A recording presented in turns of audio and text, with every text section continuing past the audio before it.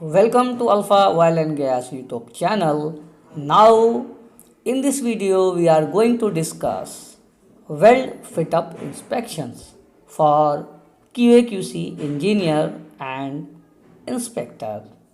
It is useful for welding and piping inspector. Now, let me will start from definitions.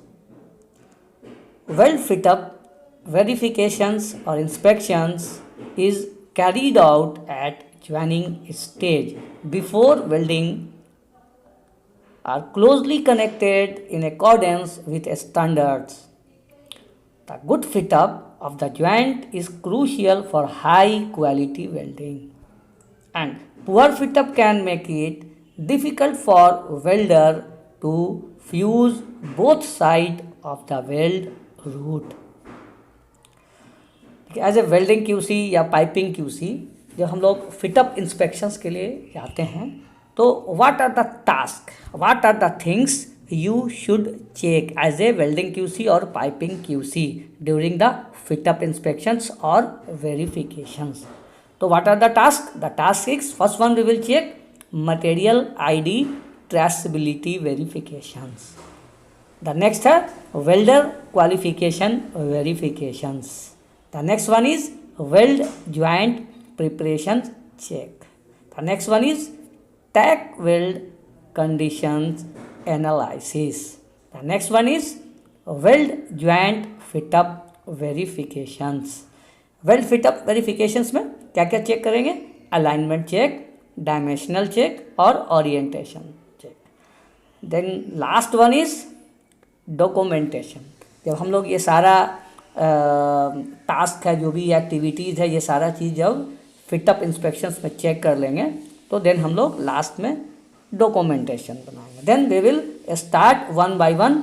Material ID traceability verification में as a QC जब हम लोगों को जाना है check करने तो मटेरियल आईडी ट्रेसेबिलिटी में क्या चेक करेंगे? The first one we will check material का, वो मटेरियल जो है हमारा बेस मटेरियल वो कौन सा, उसका क्या स्पेसिफिकेशंस है और उसकी ग्रेड चेक करेंगे. द नेक्स्ट है हम लोग पाइप के हीट नंबर चेक करेंगे. देन पार्ट नंबर आइडेंटिफिकेशंस को चेक करेंगे. द नेक्स्ट क्या था हमारा? Welder qualification verification. Welder qualification verifications का कहने का सेंस कि जो वेल्डर जो है हमारा वो कौन कौन से प्रोसेस में क्वालिफाइड है, जो वेल्डर वेल्डिंग करेगा. ठीक है, तो उसके हम लोगों को क्या चेक करना है कि वो वेल्डिंग की प्रोसेस की उसकी क्वालिफिकेशन वेल्डर का चेक करना है. कौन से बेस मेटल में वो क्वालिफाइड है वो चेक करना है. देन क्या है? फिलर मेटल का क्वालिफिकेशंस चेक करना है. लास्ट वन वेल्डर का पोजीशन, कौन कौन से पोजीशन में वेल्डर जो है वो क्वालिफाइड है, कौन से पोजीशंस में, क्योंकि कौन से पोजीशंस में है इससे हम लोग ये सारी चीज़ें कहाँ से चेक करेंगे? We will ask about welder ID, मतलब जेसीसी जॉब क्लियरेंस कार्ड हम लोग उससे मांग कर ये सारा उसका वेल्डिंग प्रोसेस का क्या क्वालिफिकेशंस है, बेस मेटल का क्या क्वालिफिकेशंस है, फिलर मेटल का क्या क्वालिफिकेशंस है और कौन से पोजीशन में वो क्वालिफाइड है. सो हम लोग उसके वेल्डर आईडी से चेक कर लेंगे. ओके, फिटअप के टाइम ये सारी चीज़ें हम लोग चेक कर लेंगे. द नेक्स्ट क्या है हमारा? थर्ड वन क्या था? थर्ड वन था हमारा वेल्डर ज्वाइंट प्रिपरेशंस. ये भी बहुत इंपॉर्टेंट है. What are the parameters for weld joint preparations, कि क्या क्या वेल्ड ज्वाइंट की प्रिपरेशंस है. तो in this video we will discuss as per SAE Saudi Aramco engineering standard W11 para के अकॉर्डिंग हम लोग वेल्ड ज्वाइंट प्रिपरेशन को इन दिस वीडियो हम लोग ने डिस्कस किया है. ठीक है, तो क्या चेक करेंगे वेल्ड ज्वाइंट प्रिपरेशंस में कि हमारा ज्वाइंट के जो ज्वाइंट का फिटअप चेक करने जा रहे हैं उसमें क्या क्या रिमूव होना चाहिए. जैसे आपका रस्ट रिमूव होना चाहिए, स्केल है, सैंड है, पेंट है, oil, moisture, these things we should remove. उसको वहाँ फिटअप जो करने जा रहे हैं जिस ज्वाइंट का उसका रिमूव होना चाहिए. At least 25 mm both side of the weld. Welding जो फिटअप कर रहे हैं both side adjacent base material welding से पहले ये सारी चीज़ें आपको रिमूव होना चाहिए. नेक्स्ट क्या पॉइंट्स है? सेकंड क्या है? A minimum of 1.5 mm depth shell be removed by grinding. Next क्या है? fittings that are recut or rebeveled shall have the cut surface examined for lamination before welding। तो ये सारी चीज़ें हम लोग फिटअप में वेल्डिंग ज्वाइंट प्रिपरेशन में चेक करना है। नेक्स्ट क्या है आपका buttering of weld built up on the prepared surface shall not exceed lesser of 1/3 of the base metal thickness और 10 mm without the approval of the company. ठीक है, तो नेक्स्ट क्या है इसमें कुछ पैरामीटर्स है। The buttering operation shall be witness by Saudi Aramco inspections. The buttering shall be inspected by RT and PT or MT after completion of built up but before final welding of the joint। The next क्या है each weld pass shall be thoroughly cleaned and all slag or other foreign materials removed before the next pass is deposited। The next क्या है all slag, flux and spatter shall be removed from the completed weld and surroundings area।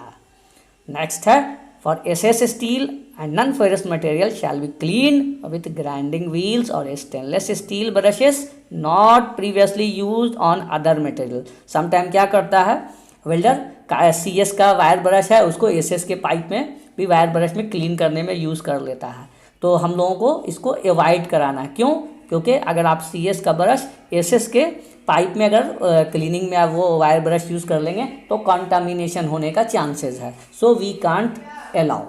ठीक है, तो ये सारा जो है हम लोग एज पर SAES यानी Saudi Aramco engineering standard W11 para 11 के अकॉर्डिंग जो है हम लोग वेल्ड ज्वाइंट प्रिपरेशन को यहाँ डिस्कस किया है। द नेक्स्ट पॉइंट फिर क्या है tack weld conditions as per Saudi Aramco engineering standard W11 para 11 में ही है टैक वेल्ड। देखिए फिटअप में जब जाते हैं तो टैक वेल्ड भी बहुत इंपॉर्टेंट पार्ट है।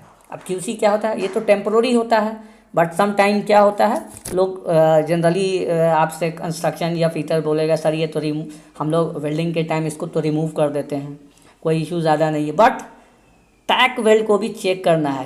पहला इंपॉर्टेंट पार्ट इसमें टैक वेल्डिंग में जब आप फिटअप इंस्पेक्शंस के लिए जाइएगा तो ये चेक करना है सेम वो वेल्डर जो वेल्डिंग टैकिंग किया है वो अप्रूव्ड होना चाहिए, क्वालिफाइड होना चाहिए सेम मटेरियल में। ठीक है, तो फर्स्ट पॉइंट क्या है इसको भी बहुत केयरफुली हम लोग को इंस्पेक्शंस करना है फिटअप में। फर्स्ट वन क्या चेक करना है all tack welder shall be made by qualified welder. कहने का मतलब ऐसा नहीं कि टैक है टैकिंग ही तो करना है कोई सा भी लेबर भी क्यों ना टैकिंग कर दे तो एज ए वेल्डिंग QC या piping QC we can't allow नहीं करना है। Welder must be qualified.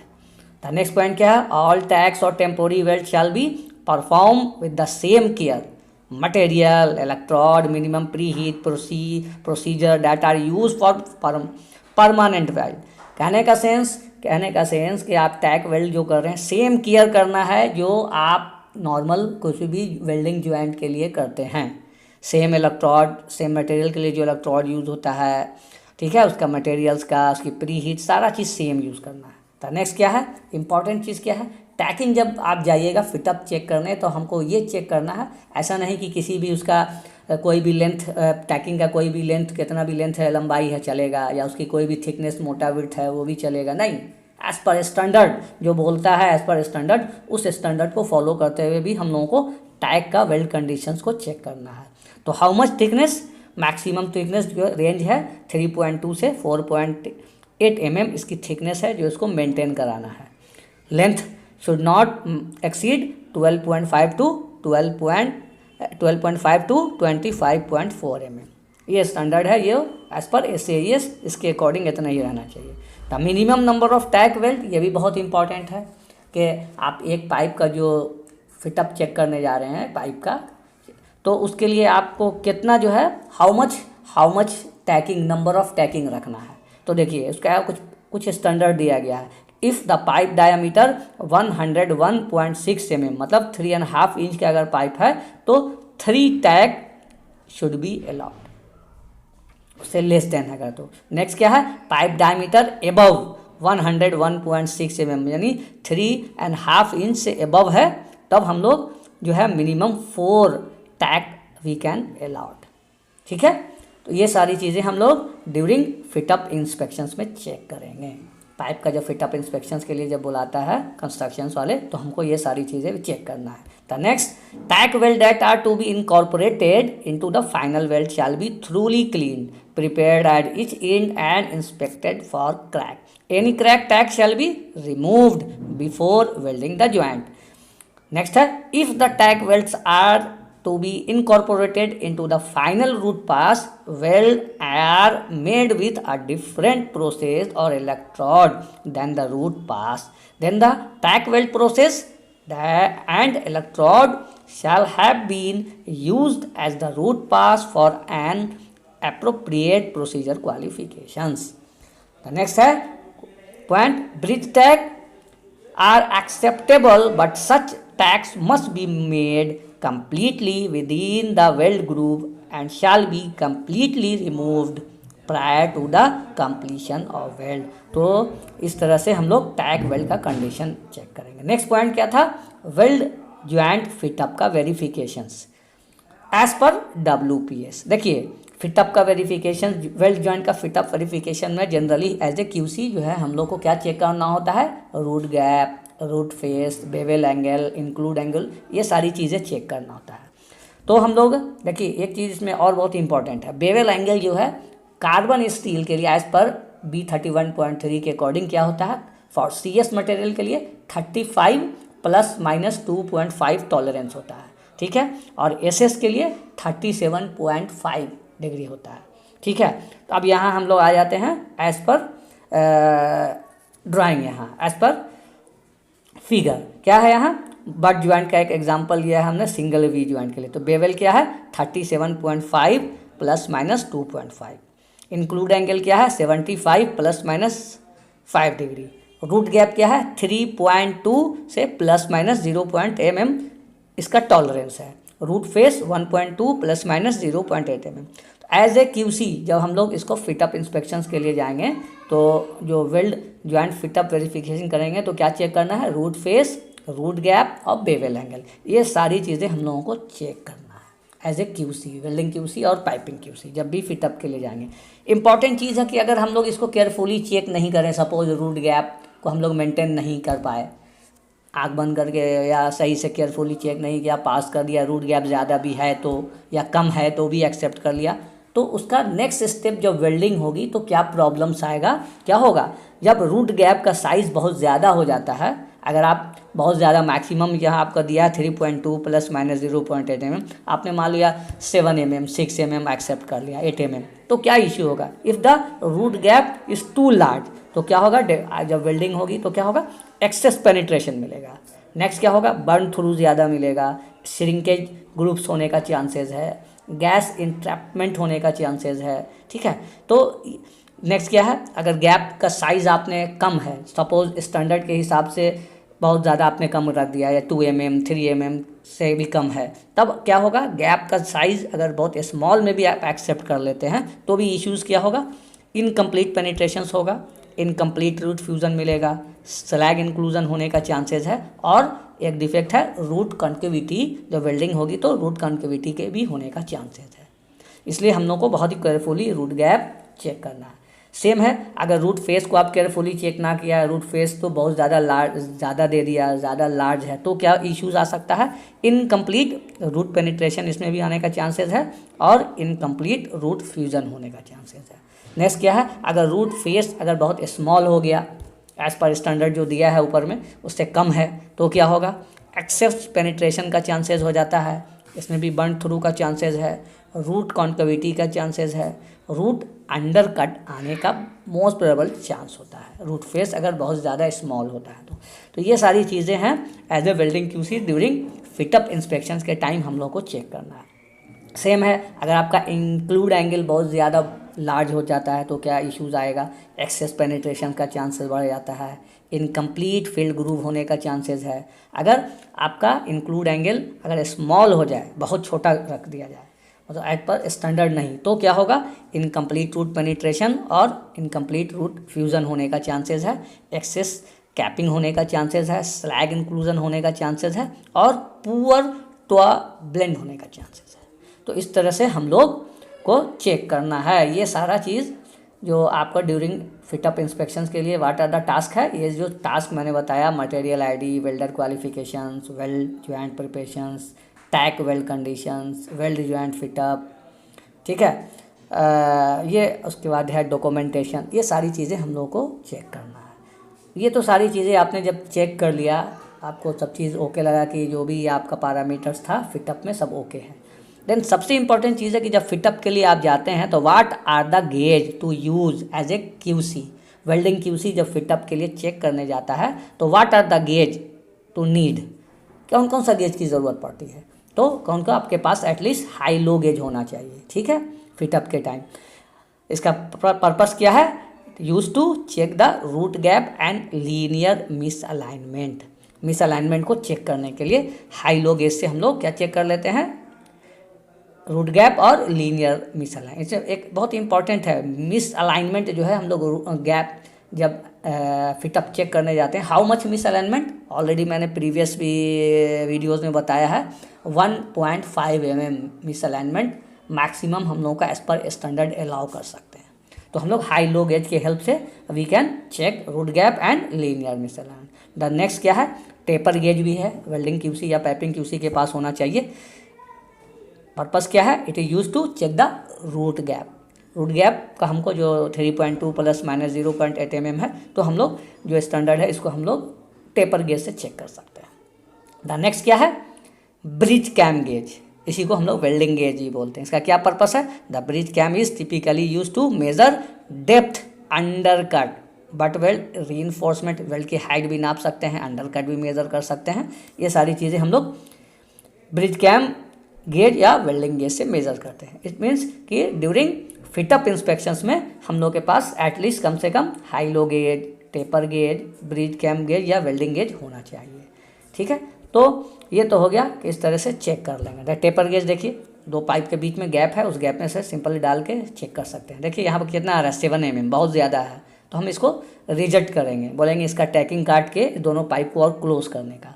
कितना स्टैंडर्ड जो बोलता है 3.2 plus minus 0.8 mm, maximum 4 mm, हम लोग इसको कहेंगे इसको इस लेवल में लाने का है। तो इस तरह से हम लोग चेक करेंगे। अब नेक्स्ट इंपॉर्टेंट पार्ट क्या है एज ए पाइपिंग क्यूसी और as a welding QC fit up में, देखिए पाइप के इसे क्या बोलते हैं, ये एक जस्ट आपको समझाने के लिए मैंने एक पाइप पर का जो मैट्रिक्स बॉक्स यहाँ आप लोगों को शो कर रहा हूँ।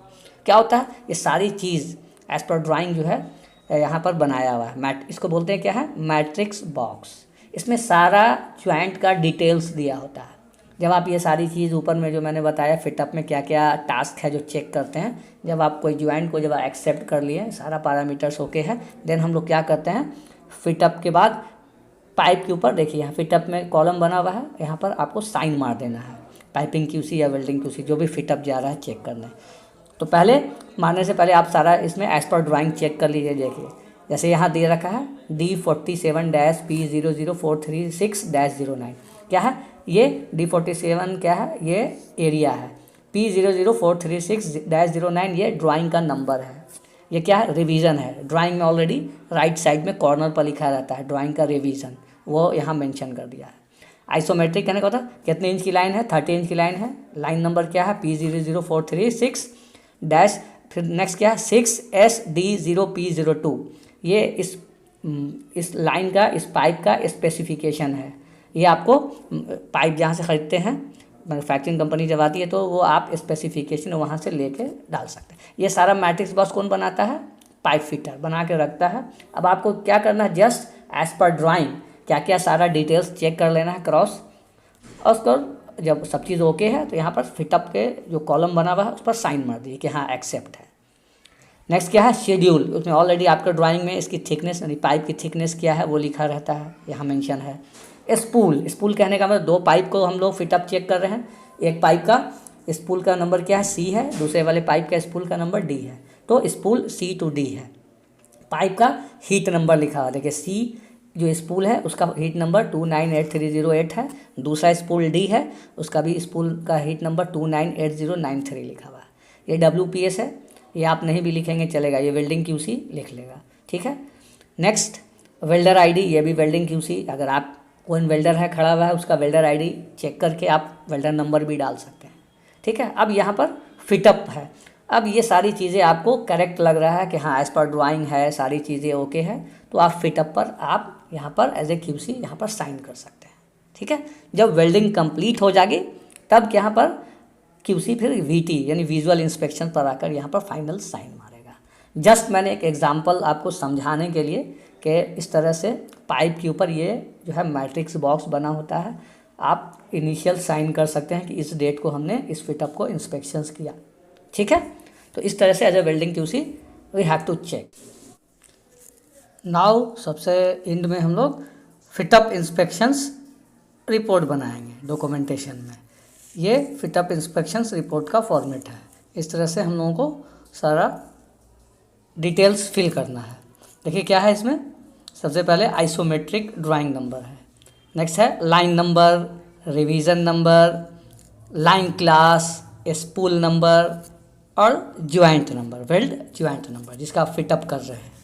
ठीक है, नेक्स्ट क्या है मटेरियल ए और मटेरियल बी, कहने का मतलब स्पूल ए और स्पूल बी, इसका पूरा डिटेल है कि उसके मटेरियल जो आप पाइप का फिटअप किया है उसकी क्या मटेरियल की साइज़ क्या है, उसकी शेड्यूल क्या है।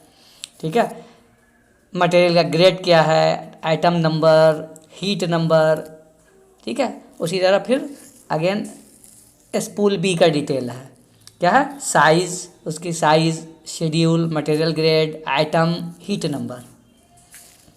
ठीक है, ये सारा चीज़ फिल करेंगे। नेक्स्ट है ज्वाइंट टाइप, आप जो फिटअप किए हैं वो बट वेल्ड है, उसका बट वेल्ड होगा, या थ्रेडेड है या फिलेट वेल्ड है, उसका सारा डिटेल यहाँ देना है। यहाँ थ्रेडेड है इसलिए TH लिखा है, अगर बट वेल्ड होता तो BW करते हैं। नेक्स्ट ये वेल्डिंग शॉप वेल्ड में हुई है, शॉप में हुई है या फील्ड में हुई है। S और F कहने का मतलब S for shop, F for field, field में हुआ है इसलिए हमने यहाँ पर F मेंशन किया है। नेक्स्ट क्या है WPS पाइपिंग QC नहीं भी लिखता है तो कोई इशू नहीं है। वेल्डिंग QC जब वेल्डिंग के टाइम प्री वेल्डिंग इंस्पेक्शंस के लिए आएगा तो वहाँ पर वो मेंशन कर देगा WPS नंबर। नेक्स्ट क्या है फिर फिटअप में एक्सेप्ट है कि रिजेक्ट है, वो सारा अगर एक्सेप्ट है तो एक्सेप्ट में टिक लगा देने का। तो इस तरह से हम लोग फिटअप इंस्पेक्शंस में ये सारा फिल करेंगे, सारा detail, drawing number, line number, revision, line class, spool, joint number, ये सारा डिटेल फिल करने के बाद लास्टली फिर हम लोग इसमें क्या करेंगे, रिपोर्ट्स में सब कॉन्ट्रैक्टर QC रिप्रेजेंटेटिव का नेम, साइन और डेट होगा यहाँ मेंशन। देन नेक्स्ट क्या होगा, मेन कॉन्ट्रैक्टर जो QC होगा उसका भी यहाँ पर नेम, साइन और डेट मेंशन करना है। नेक्स्ट PMT रिप्रेजेंटेटिव कौन आया है उसका भी यहाँ पर नेम, साइन और डेट मेंशन होगा। सबसे लास्ट में क्या है PID यानी कंपनी इंस्पेक्टर, जो PID आता है उसका भी यहाँ पर नेम, साइन और डेट। इस तरह से ये सारा रिपोर्ट कंप्यूटराइज बना के हम लोग फिल करके ये सारा डिटेल हम लोग डॉक्यूमेंट कंट्रोलर को सबमिट कर देते हैं। ठीक है, इस तरह से रिपोर्ट को सबमिट करेंगे।